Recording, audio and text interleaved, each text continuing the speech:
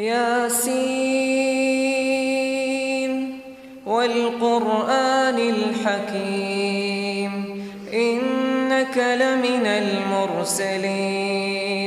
على صراط مستقيم تنزيل العزيز الرحيم لتنذر قوما ما أنذر آباؤهم فهم غافلون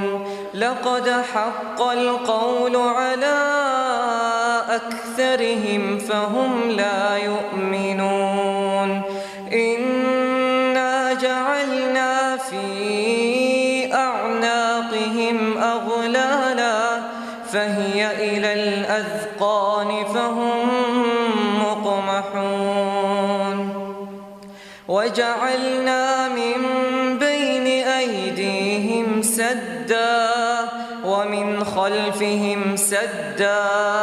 فأغشيناهم فهم لا يبصرون وسواء عليهم أأنذرتهم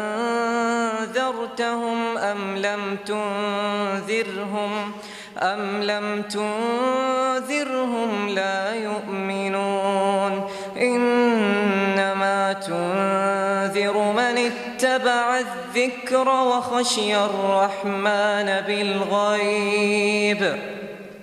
فبشره بمغفرة وأجر كريم إنا نحن نحيي الموتى ونكتب ما قدموا وآثارهم وكل شيء أحصيناه في إمام مبين واضرب لهم مثلا أصحاب القرية إذ جاءها المرسلون إذ أرسلنا إليهم 2 فكذبوهما فعززنا بثالث فقالوا إنا إليكم لمرسلون وما علينا إلا البلاغ المبين قالوا إنا تطيرنا بكم لئن لم تنتهوا لنرجمنكم